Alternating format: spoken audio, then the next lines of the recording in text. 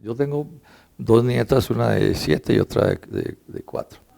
Y yo las veo y digo, miércoles, el futuro, este país no tiene futuro. Claro. No tiene ninguna posibilidad de mejorar. Sí, es que es una cosa increíble. La podredumbre de la clase política colombiana es una cosa realmente, no, nada. El problema más grave que tiene la justicia en Colombia en todas sus formas, Claudia, es que eso está tomado por los delincuentes. Yo no, así que todo el mundo sea un delincuente, pero pero hay unas cosas horrorosas. Ahora, me explicaba una señora que trabajó muchos años en la Procuraduría en un nivel, te decía, mire, senador, el juego es este.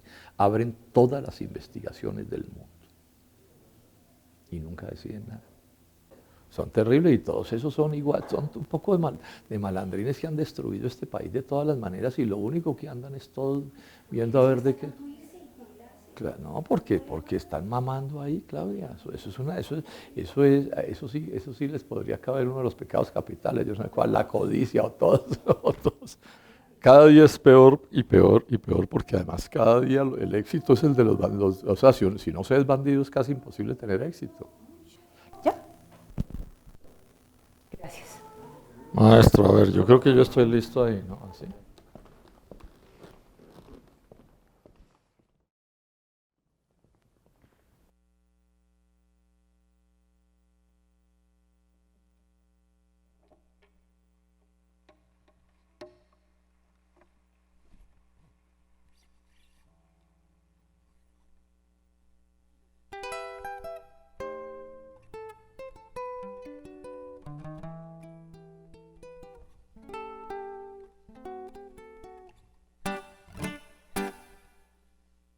Que el mundo fue y será una porquería, ya lo sé. En el 510 y en el 2000 también, que siempre ha habido chorros, maquiavelos y estafados, contentos y amargados, valores y doblez, pero que el siglo XX es un despliegue de maldad insolente, ya no hay quien lo niegue. Vivimos enredados en un merengue y en el mismo barro, todos manoseados. Siglo XX cambalache, problemático y febril. El que no llora no mama y el que no afana es un gil. Dale nomás, dale que va, que allá en el horno nos vamos a encontrar, no pienses más.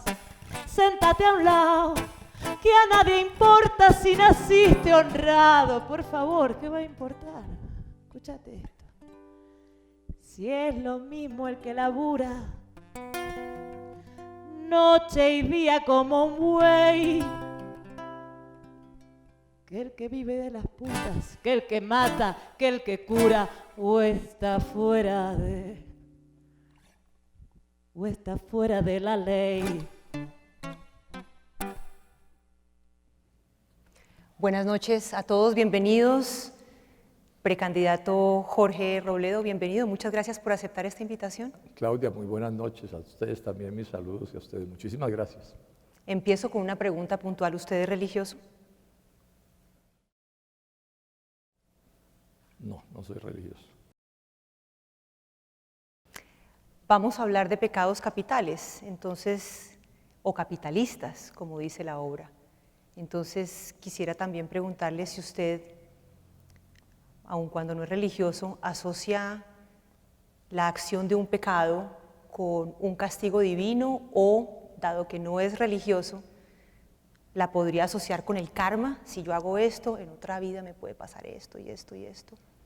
No, yo diría que si se hace una cosa indebida, haya o no un castigo posterior o se salgan con la suya porque puede suceder, pues finalmente ya está mal.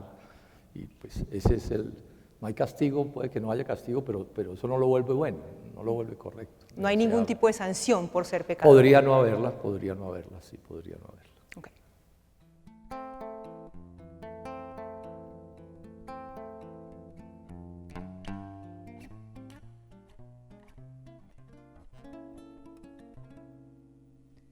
Soy ese vicio de tu piel que ya no puedes contener. Soy lo prohibido.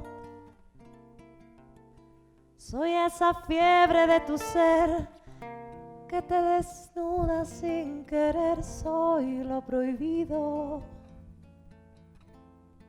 Soy esa noche de placer, la de la entrega sin papel. Soy tu castigo.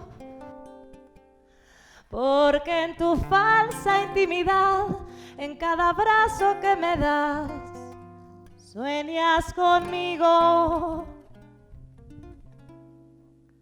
Soy el pecado que te dio nueva ilusión en el amor. Soy lo prohibido. Soy la aventura que llegó para ayudarte a continuar en tu camino. Soy ese beso que se da sin que lo puedas comentar. Soy ese nombre que jamás fuera de aquí pronunciarás. Soy el amor que negarás para salvar tu dignidad. Soy lo prohibido.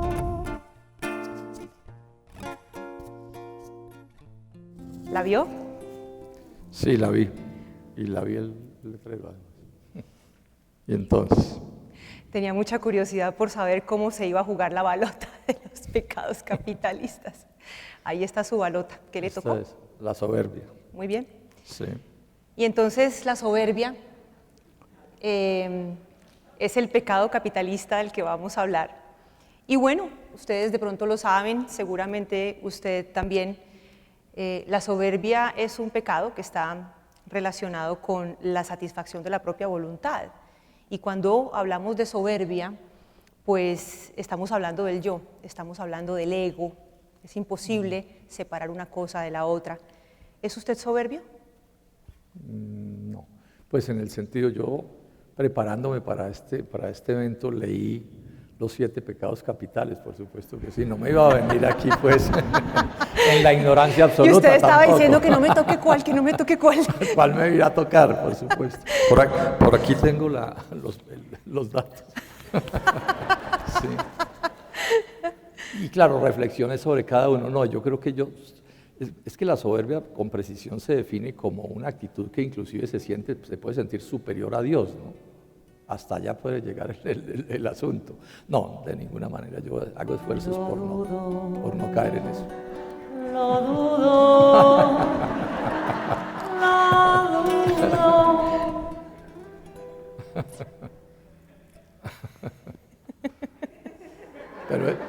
Pero la duda no le quita lo cierto.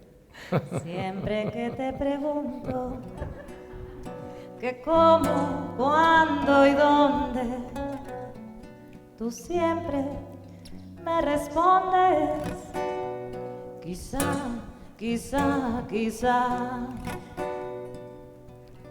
Y así pasan los días y yo lo dudo, lo dudo. Sigan, por favor, no se interrumpan. ¿Cómo sacamos de la duda, Lucía? No. Porque pues por lo que leí, ¿qué quiere decir? Se supone que se está inclusive por encima de Dios, o sea que nadie puede ser mayor o mejor o superior. Pero usted no es religioso. No, pero es que no lo tomo en el sentido de lo religioso, sino en el sentido, digamos, de lo profano y lo que sea, ¿cierto? Y realmente si ustedes miran mi vida van a encontrar que yo en muchos momentos de mi vida he reconocido superiores. Sí, ese es un hecho.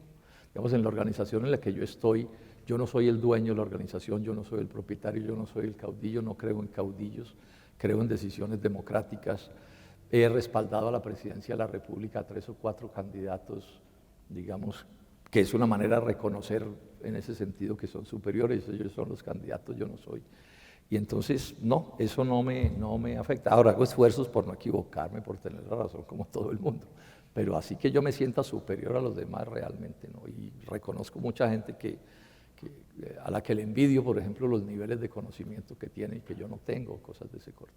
Entonces salgámonos de lo personal y pensemos en lo colectivo. ¿Son los políticos soberbios? Con cierta frecuencia, sí. con cierta frecuencia sí.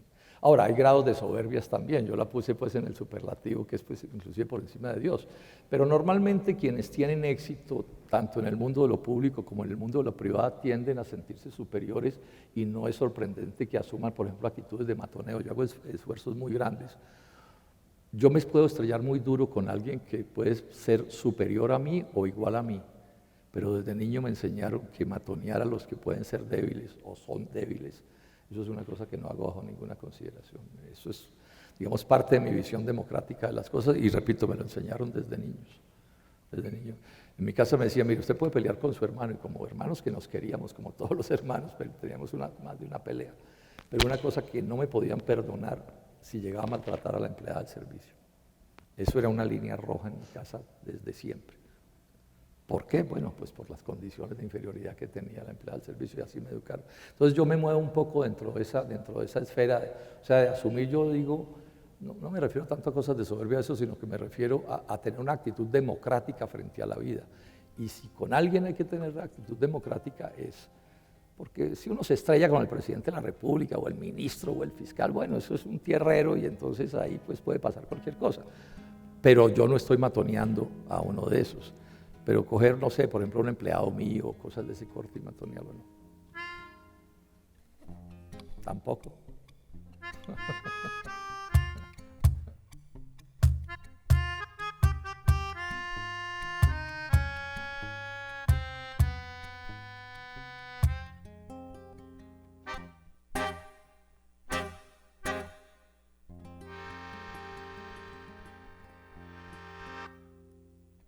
Malo, ¿por qué no me quieres?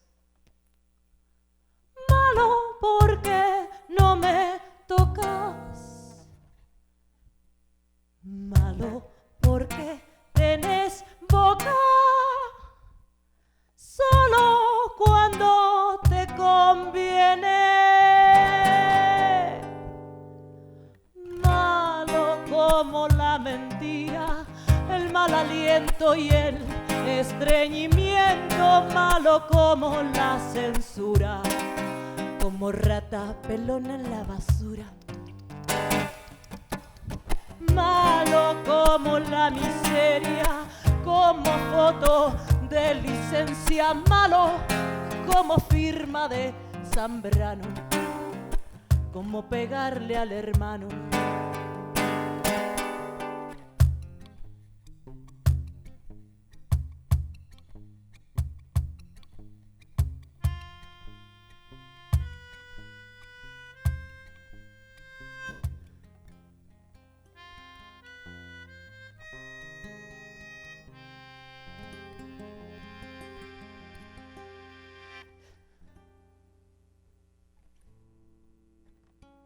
Me voy a desdecir.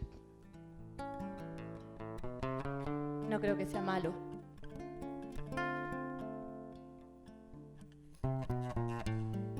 Es posible que tenga algún amor secreto.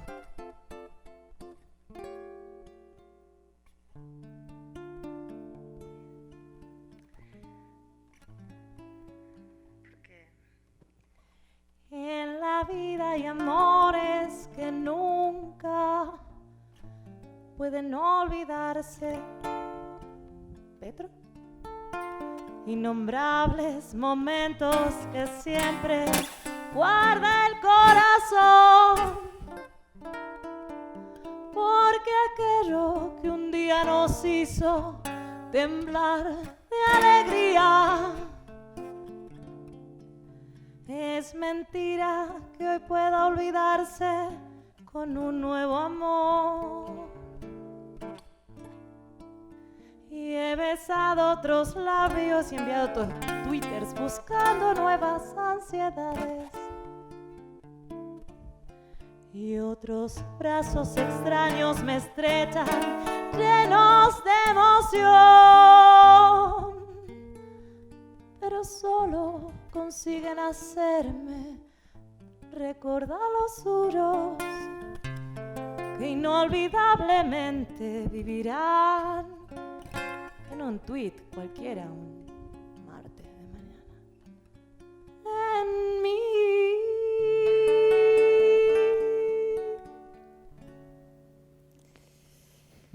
Amores inolvidables, Petro, dice Lucía. Y bueno, pues quiero entrar entonces en el mundo ya de los debates, de las distancias, de las identidades políticas. Y bueno, aquí me tiran este anzuelo y no puedo dejar de tomarlo. Me lo sospeché desde un principio. Eso también lo estudio. No lo tiene en el papelito, no. Bueno, pero entonces hablemos de la pelea con Gustavo Petro unos minutitos. Digamos, yo que no estoy metida en la política, a veces siento que hay ciertos tonos de esa pelea que sí pasan por la soberbia. Bueno, usted ha explicado ya muchas veces a lo largo de estos años que el origen del distanciamiento con el candidato Petro tuvo que ver con una alianza que él hizo en, creo que 2010, con Juan Manuel Santos, quien luego fue elegido presidente de la República, y que usted cree que eso fue una traición contra los integrantes del Polo Democrático. Y claro, desde ahí usted se ha encargado de marcar las diferencias en su forma de ver el país con las de él. Pero también creo que a veces el debate se degrada, las redes sociales, usted intenta también, por supuesto, usted lo ha dicho, conservar unas formas, pero para mí es inevitable ver la soberbia en algunos puntos del debate. Y yo quiero preguntarle a usted qué piensa de eso en relación con esa pelea puntualmente. A ver, yo cuento esto que es interesante. Yo nunca tuve una relación buena con Gustavo Petro en el Polo, siempre estuvimos en roce. Yo fui respaldé mucho a Carlos Gaviria, en cierto sentido la candidatura de Carlos Gaviria es como una especie de insinuación mía. Gaviria fue el candidato en el 2006 y debió haber sido el candidato en el 2010. Y Petro por su soberbia se le atraviesa, es así soberbia, se le atraviesa, hicimos una consulta para escoger quién ganaba. Siendo yo, repito, distante a Petro y en ese momento más distante porque pues, fue un error haberse le atravesado a Gaviria, eso fue una manera de vivir al Polo. Bueno, nos ganó, en septiembre nos ganó la consulta. Y yo le di 3 vueltas a Colombia, Claudia, respaldando la candidatura de Gustavo Petro. Él mismo lo reconoció en un trino, él dice, nadie más que la gente de Robledo me respaldó con coherencia. Entonces, ¿cuál es mi soberbia? La política es una cosa de confianzas y cuando las confianzas se rompen, porque ¿qué hacemos? Pero yo voy a insistir en esto, yo alargué mucho mi confianza para poderle dar esas 3 vueltas a Colombia respaldando. Y después de eso, en el 2014, el Polo tiene candidata a la presidencia de la República y él, siendo alcalde de Bogotá, respalda desde la primera vuelta al binomio Santos-Vargas Lleras. Esas son las realidades. Bueno, podría contar más historias, pero digamos que ahí no hay nada de soberbia. Por amarte y por desearte, lloro por quererte, por amarte y por desearte. Ay, cariño.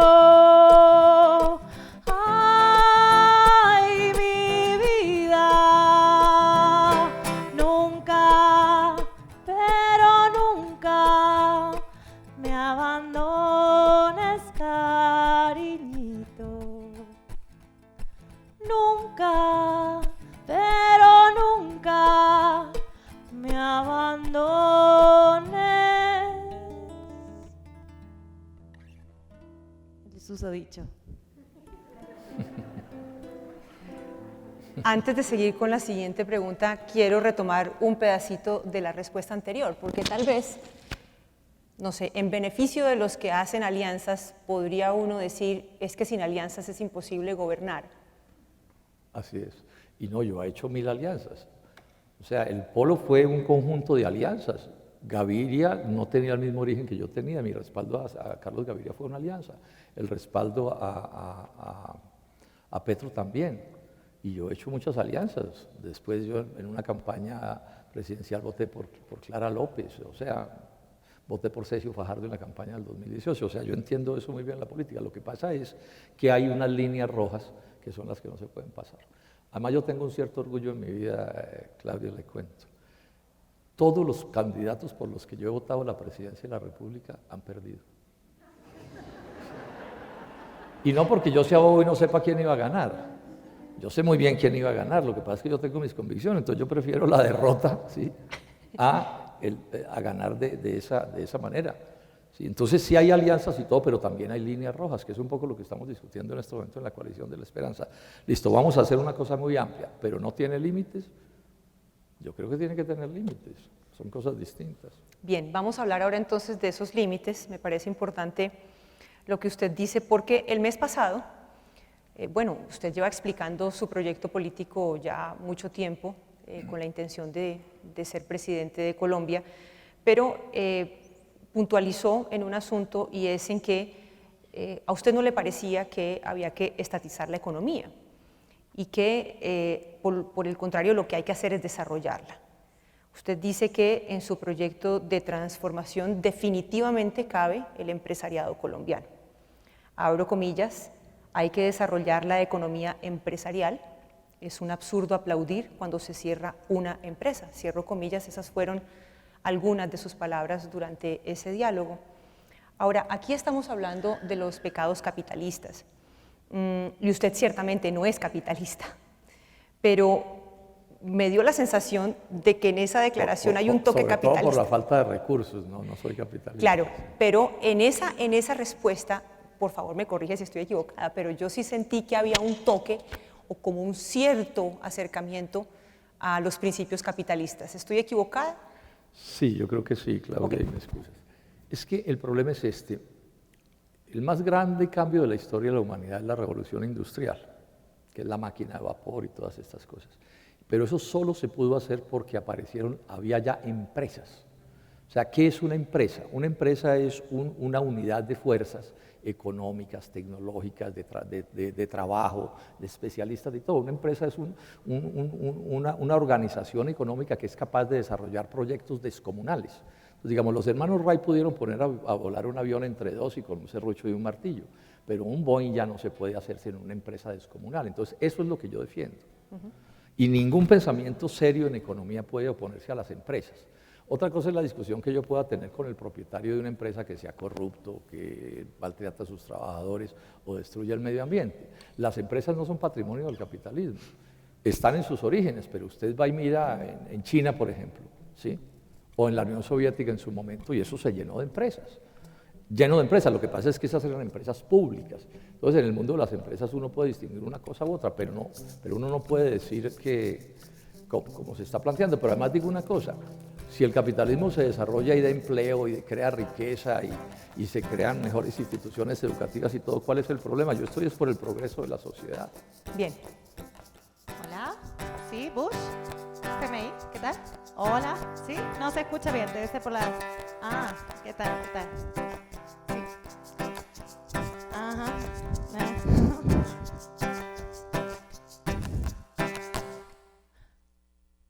Personas muy decentes de prestigio, visionarios del futuro, paladines del mañana y empresarios del respeto están promoviendo un plan, están promoviendo un plan, están promoviendo un plan.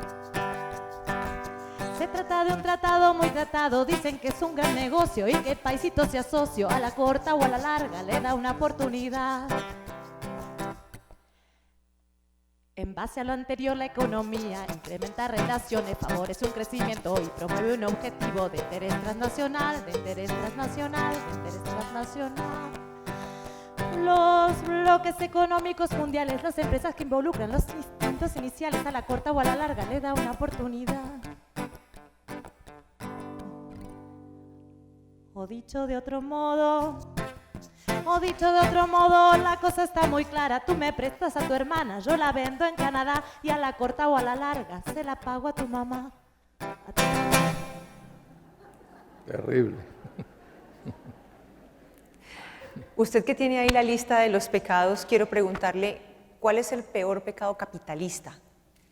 Pero voy a hacer una precisión. ¿Capitalista o capital? No, capitalista. No, porque es que los pecados capitales son premodernos, son antes del capitalismo. Claro, pero relacionemos los que tienen la lista con el capitalismo, porque es que la soberbia también la podemos concluir desde muchos estados del capitalismo, la ira, la envidia, bueno, no sé la lujuria, pero... O sea, todos los pecados tengan el rótulo que tengan, pues son pecados. O sea, y cuando digo pecados, digo las cosas que no se deben hacer, que son antisociales, maltratan a la gente, generan sufrimientos, etcétera, etcétera, que es el problema al final. Yo hoy en Colombia diría que el principal pecado que tienen quienes nos han gobernado es que no han dejado desarrollar a Colombia. ¿No han dejado? Desarrollar a Colombia. Hay dos tipos de capitalismos en el mundo, Claudia, les cuento a ustedes también. Uno son los de los países desarrollados, donde pasa de todo y hay mil problemas también y nada es perfecto. Y otro es el de los países subdesarrollados, incluido pues todo lo del cono sur, donde pasan los mismos problemas que pasan allá, pero pasan además otro montón. De entrada, por ejemplo, no hay empleo, que es lo peor que uno le puede hacer a un ser humano, es no dejarlo trabajar. En Colombia tenemos 12 millones de personas que queriendo trabajar no pueden trabajar, 5 en el exterior porque no consiguieron empleo en el país, casi 70% informales. Esa es la principal tragedia de Colombia y eso es una decisión consciente de que nos han gobernado para no desarrollar el conjunto del país, sino un pedacito del país, donde ellos viven, bueno, y nosotros también, o si no, no estaríamos aquí. Pero eso es una isla de modernidad en medio de un atraso descomunal y ese atraso es toda la brutalidad, la barbarie, la violencia, la corrupción, el sufrimiento, la trata de blancas, lo que uno quiera. Tiene como base ese tipo de capitalismo extremadamente subdesarrollado que tenemos. Ese es, digamos, el gran debate que estoy librando en este momento, porque, y hay una manera de entender que yo tengo cierta razón en esto, porque hay esos 5 millones que se fueron de Colombia, que se fueron buscando. Empleo. O sea, que no sufrir tanto como sufrían en su país, y se van sufriendo, nadie se va, digamos, muerto de la felicidad cuando se va derrotado, vuelto nada. Ese es, a mi juicio, el principal pecado capital y capitalista que podemos apuntarle a quienes nos han gobernado, porque no es culpa de nosotros, son de quienes nos han gobernado. Ahora, frente a eso, uno pensaría que a la mano está una alternativa política que pudiera romper con los ciclos, esos ciclos perversos del estado social, del estado de economía que hemos tenido, de la violencia, pero pues no ha ocurrido. Y entonces nos preguntamos qué ha pasado con la izquierda, con los partidos de izquierda, los partidos políticos en Colombia. Y lo que hemos visto a lo largo de los años de la historia de Colombia es que no han sido capaces de unirse. Es muy difícil. Y yo creo que esa incapacidad también ha sido aprovechada desde el otro lado para destruir y para fortalecerse, bueno, y para meter historias como que nos vamos a volver como Cuba o como Venezuela, como si aquí estuviéramos mucho mejor. Pero entonces quiero volver a la soberbia por eso, porque sí siento que parte de la culpa de esas divisiones y de la incapacidad de verse unidos tiene que ver con la soberbia. ¿Usted qué piensa? Yo no, sí, pues probablemente cuente, yo no voy a decir que no, porque somos seres humanos y hay conductas personales y rabias y cosas de ese corte, pero yo creo que la cosa es mucho más grave. Voy a poner un solo ejemplo, mire. Yo este año estoy cumpliendo 50 años de haberle dedicado mi vida a esta lucha, que fue una decisión consciente cuando estaba estudiando en la universidad. Y uno de los grandes debates en la izquierda en esos días era si lucha armada sí o no. Yo tuve la suerte de entrar a una organización que dijo no a la lucha armada. Nos costó todo tipo de problemas, hasta muertos, simplemente decirlo. ¿Sí? Y hoy no saben lo que a mí me alegra no haberme equivocado en eso. Nos pudimos haber equivocado en otras cosas. Pero si algo le ha hecho daño a ese país, es esa decisión del infantilismo de izquierda de hace 60 años, del alzamiento armado. Y el daño que le hicieron es absolutamente descomunal. Pero entonces yo hago una pregunta, ¿y cómo me unía yo con ellos? Claudia, ¿cómo hago yo para unirme con alguien con quien puedo tener coincidencias en ciertas cosas, pero bueno, usemos la figura, tiene un pecado capital de ese tamaño? Y así podría poner otros ejemplos de otras cosas que tienen que ver. Entonces, es cierto que en las divisiones entre los sectores sociales, políticos, de un otro tipo, pueden contar cosas como la soberbia, ese tipo de cosas, pero normalmente hay problemas de fondo. En esos días, por ejemplo, también discutíamos una cosa. La salvación de Colombia es sacarla de ser un satélite de Estados Unidos para volverla un satélite de Rusia. Entonces yo también dije, no, yo no me le apunto a ningún satélite, ¿cierto? ¿Sí? Entonces, pero esos son temas de fondo. Puedo yo estar equivocado, eso no importa, pero el punto es que no se puede negar que esos son desacuerdos de fondo. Entonces, sí, yo pero como digamos, me uno con quien pero tengo dejemos ese la lucha desacuerdo. armada al margen, porque ya digamos cuando hoy vemos otras posibilidades políticas, son las que ya no están en la lucha armada. Y aún así, tampoco es posible crear una unión. Di el otro ejemplo, que claro, es probable que ese sea un error mío y que yo sea muy exagerado. Hay gente que le parece que es una exageración que yo por lo que pasó en el 2010 tome la decisión que tomé en el 2018. Sí, hay gente o sea, que estaba en el polo y respaldó a este personaje en la elección pasada. O sea, a ellos les pareció que era un asunto menor eso que pasó en el 2010. Bueno, mi valoración es que no es un asunto, pues no es un asunto menor. Y tan no es menor, y sobre todo tan no es personal, que yo era el candidato del polo en la elección pasada y preferí renunciar a esa candidatura para respaldar a Sergio Fajardo, ¿sí? Que hacer otra cosa, porque si el problema era de soberbia, pues yo me he podido ir. El sueño de cualquier político es terminar su carrera política siendo candidato a la presidencia así no saque ni un voto. Ese es un poco el sueño. Bueno, yo he renunciado 2 veces a candidaturas a la presidencia por hacer lo que creo que era correcto hacer en ese momento. Nada debo agradecerte, mano en mano hemos quedado. No me importa lo que has hecho, lo que haces, ni lo que harás. Los favores recibidos, creo habértelos pagado. Y si alguna deuda chica, sin querer, se me ha olvidado, en la cuenta del notario que tenés, si la cargas. Mientras tanto, que tus triunfos, pobres triunfos pasajeros, sean una larga lista de riquezas y placer. Que el galán que te acamala tenga pesos duraderos, que se abran las paradas con cafilles milongueros y que digan los muchachos, es una buena mujer. Y mañana, cuando seas descolado mueble viejo, y no tengas esperanzas en el pobre corazón, si precisas una ayuda, si te hace falta un consejo, acordate de ese amigo que ha de jugarse el pellejo para ayudarte en lo que sea cuando llegue la ocasión. Muy bien.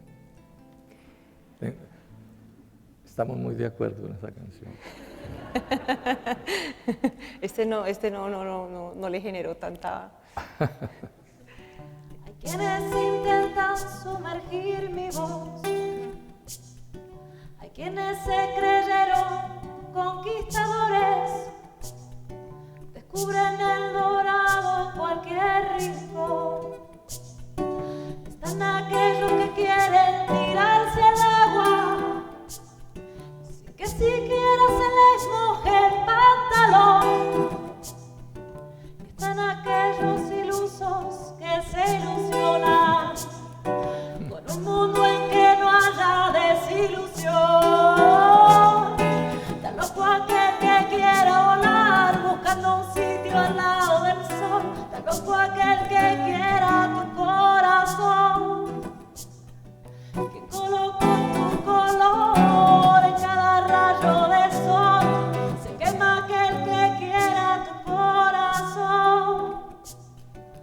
Quienes intentan remontar un barco, hay quienes intentan sumergir mi voz, hay quienes se creyeron conquistadores, descubren el dorado en cualquier rincón. Tan loco aquel que quiera volar buscando un sitio al lado del sol. Tan loco aquel que quiera tu corazón.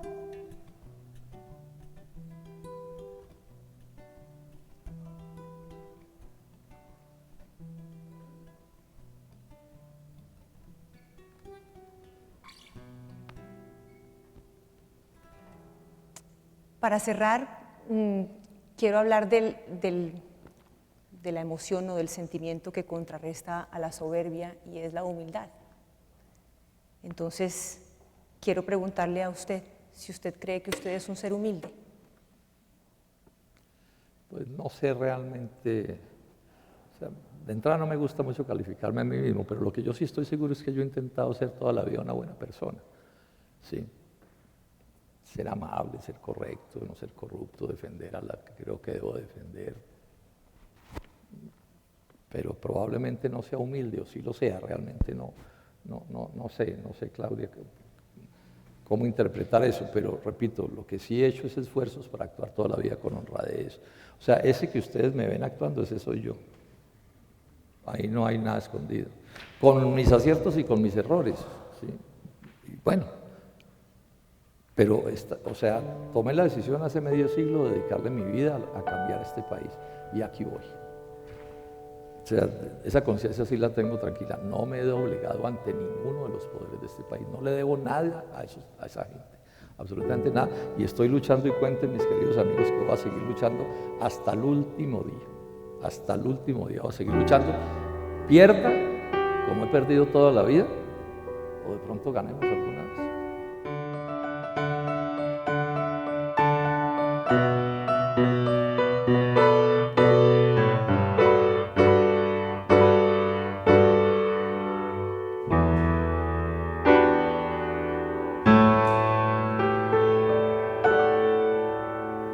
Senador y precandidato Jorge Robledo, muchas gracias. A usted, Claudia, muchísimas gracias y a ustedes mi saludo, muchas gracias.